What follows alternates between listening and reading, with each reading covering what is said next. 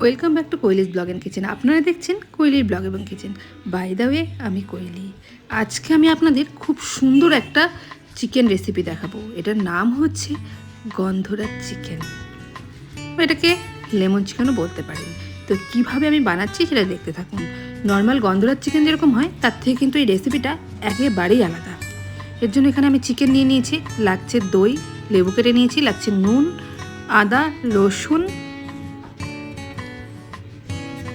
কাঁচা লঙ্কা, আর লাগছে ধনেপাতার কিছু ডাঁটা। তো দেখুন প্রথমে আমি কি করছি। প্রথমে চিকেনটাকে এখানটায় নুন এবং লেবুর রস দিয়ে আমি ম্যারিনেট করব। এই চিকেনটাতে কিন্তু কোনো পেঁয়াজের ব্যবহার হবে না। পেঁয়াজ ছাড়াও যে এত দুর্দান্ত সুস্বাদু হয় চিকেন রান্না, সেটা একবার খেলেই আপনারা বুঝতে পারবেন। তো দেখতে থাকুন। এখানে আমি হাফ কিলো চিকেনের জন্য 150 গ্রাম মতো টক দই আমি খুব সুন্দর ফেটিয়ে নিয়েছি। এদিকে চিকেনটাকে লবণ এবং লেবু দিয়ে আমি ম্যারিনেট করে রাখবো। মানে এটা কিন্তু আমাদের ফার্স্ট ম্যারিনেশন হয়ে গেল।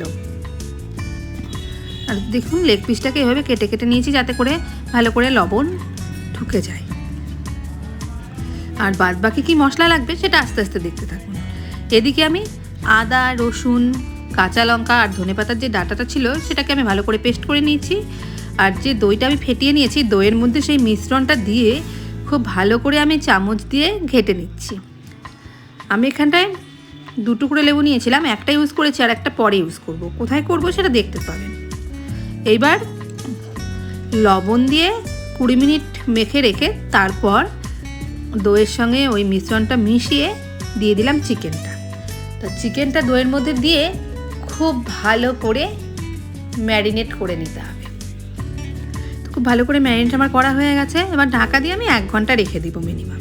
আর এদিকে লাগছে একটা স্পেশাল মশলা, যার জন্য এখানে 1 চামচ ধনে, 3টে শুকনো লঙ্কা, একটা তেজপাতা, 1 টুকরো দারচিনি, 2টো এলাচ, 4টে গোলমরিচ আর 3টে লং নিয়ে নিয়েছি। এবার কাঠখোলায় এই মশলাগুলোকে খুব সুন্দর করে ভেজে নিতে হবে। মানে ড্রাই রোস্ট যেটাকে বলে, ড্রাই রোস্ট করে নিতে হবে। আর তার সাথে একটু সামান্য নুন দিতে হবে।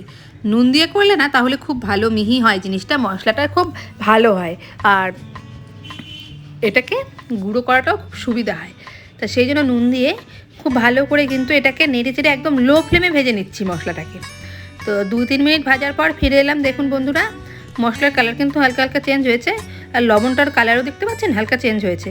তো এই দেখুন মোটামুটি ভাজা কিন্তু হয়েছে।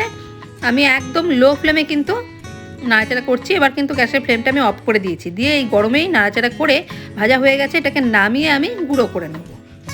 আর ওই কড়াইতে আমি দিয়ে দিলাম পর্যাপ্ত পরিমাণ সাদা তেল। তেলটাও আমাদের গরম হয়ে গেছে। এবার ফোড়নে দিচ্ছি দারচিনি আর তেজপাতা।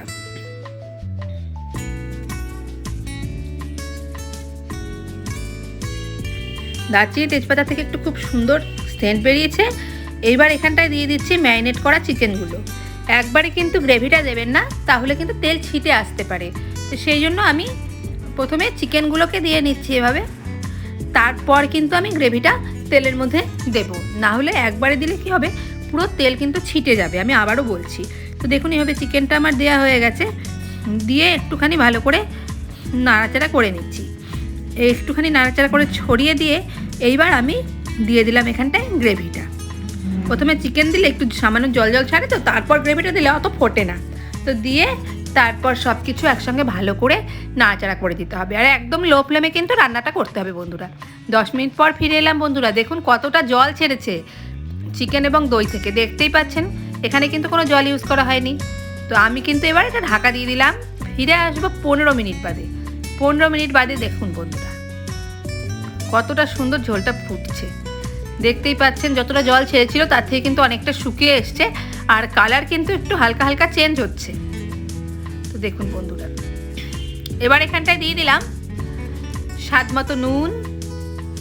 কালারটা একটু সুন্দর আনার জন্য 1/2 চামচ মতো হলুদ। খুব বেশি হলুদ দেওয়া যাবে না বন্ধুরা, তাহলে কিন্তু বেশি হলদেটে হলে আবার ভালো লাগবে না এই চিকেনটা।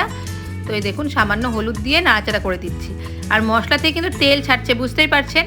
তো দেখে বোঝাই যাচ্ছে যে মশলাটা কিন্তু খুব ভালো কষা হয়ে গেছে। এই দেখুন কতটা তেল ছেড়েছে পুরো। আর চিকেনের সাথে মশলাটা কিন্তু খুব সুন্দর আমাদের কষানো হয়ে গেছে। এবার এখানটায় আমি ঢাকা দিয়ে দিচ্ছি আরও 10 মিনিট পর ফিরে আসবো। আরও 10 মিনিট পর বন্ধুরা ফিরে এলাম। দেখুন একদম তেল আর মশলা পুরো কিন্তু আলাদা। তো কতটা সুন্দর আমাদের কষানো হয়েছে বোঝাই যাচ্ছে। এইবার এখানটায় আমি কি করছি বলুন তো বন্ধুরা, ওপর থেকে কিছু দিয়ে দিচ্ছি লেবু পাতা। লেবু পাতা দেওয়ার কারণে খুব সুন্দর কিন্তু সেন্ট হবে, সেই জন্য একটু আগেই কিন্তু লেবু পাতাটা দিতে হবে। আর এটা ইউজ করবেন অবশ্যই গন্ধরাজ লেবু পাতা, কারণ নর্মাল লেবু পাতা দিলে কিন্তু রান্নাটা একেবারে তেতো হয়ে যাবে। আমি গন্ধরাজ লেবু পাতা 4টে দিয়ে দিলাম। দিয়ে এইবার এখানটায় দিচ্ছি লেমন জাস্ট, যাকে বলে সেই লেমন জাস্ট। আর তারপরে দিলাম এখানটায় যে ভাজা মশলাটা করে রেখেছিলাম সেই ভাজা মশলা। আমি কিন্তু এই রান্নায় কোনো রকম জল ইউজ করিনি বন্ধুরা, দেখতেই পাচ্ছেন। এইবার ভাজা মশলাটা দিয়ে আবারও একটু নাড়াচাড়া করে আবারও ঢাকনা দিয়ে দেবো আমি কিছুক্ষণ বাদে। তো দেখুন নাড়াচাড়া করা হয়ে গেছে আমার, ঢাকনা দিয়ে দিচ্ছি। দিয়ে একদম 10 মিনিট পর ফিরে আসবো। 10 মিনিট পর বন্ধুরা দেখতে পাচ্ছেন তো কতটা সুন্দর কালার এসেছে রান্নার। আর ওপর থেকে দেখতে সুন্দর লাগার জন্য আর একটুখানি সুন্দর সেন্ট আসার জন্য দিয়ে দিলাম লাল লঙ্কা ফেলে দিলাম, আর দিয়ে দিলাম কিছু ধনেপাতা। তো দিয়ে আবারও খুব সুন্দর করে একটু নাড়াচাড়া করে দেবো। ধনেপাতাটা দিলে খুব সুন্দর একটা সেন্ট আসবে। আপনারা যদি না চান তাহলে না দিলেই পারবেন। আর দিয়ে দিলাম কাঁচা লঙ্কা, যার জন্য খুব সুন্দর একটা সেন্ট এসেছে।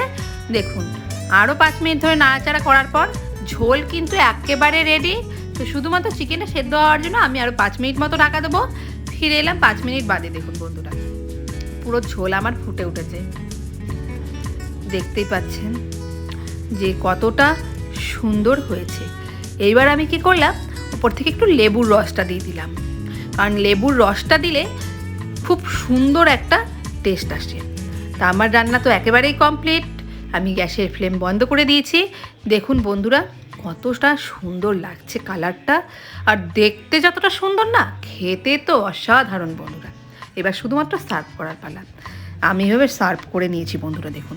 আর এক টুকরো লেবু দিয়ে গার্নিশ করেছি ধনেপাতা দিয়ে। দেখছেন তো এদিকে লাল, সবুজ, সাদা, হলুদ, মানে কালার কম্বিনেশনটা তো অসাম। আর খেতে অসম্ভব টেস্টি হয়। আপনারা যারা খাননি এই রেসিপিটা তারা একবার হলেও গরম ভাতে টেস্ট করে দেখুন। গরম ভাতে বলুন, পোলাও বলুন, রুটি পাউডার যার সাথেই খাবেন জাস্ট জমে যাবে। ওয়াও ছাড়া আর কোনো ওয়ার্ড বেরোবেই না, কারণ এত টেস্টি হয়। তো সবাইকে রিকোয়েস্ট করব আমার টিপসগুলো ফলো করে বন্ধুরা আপনারা সবাই একবার বানিয়ে দেখুন। আর কেমন লাগলো আমাকে অবশ্যই কমেন্ট করে জানাবেন। আরও বেশি করে চ্যানেলকে শেয়ার করবেন, সাবস্ক্রাইব করবেন। ধন্যবাদ।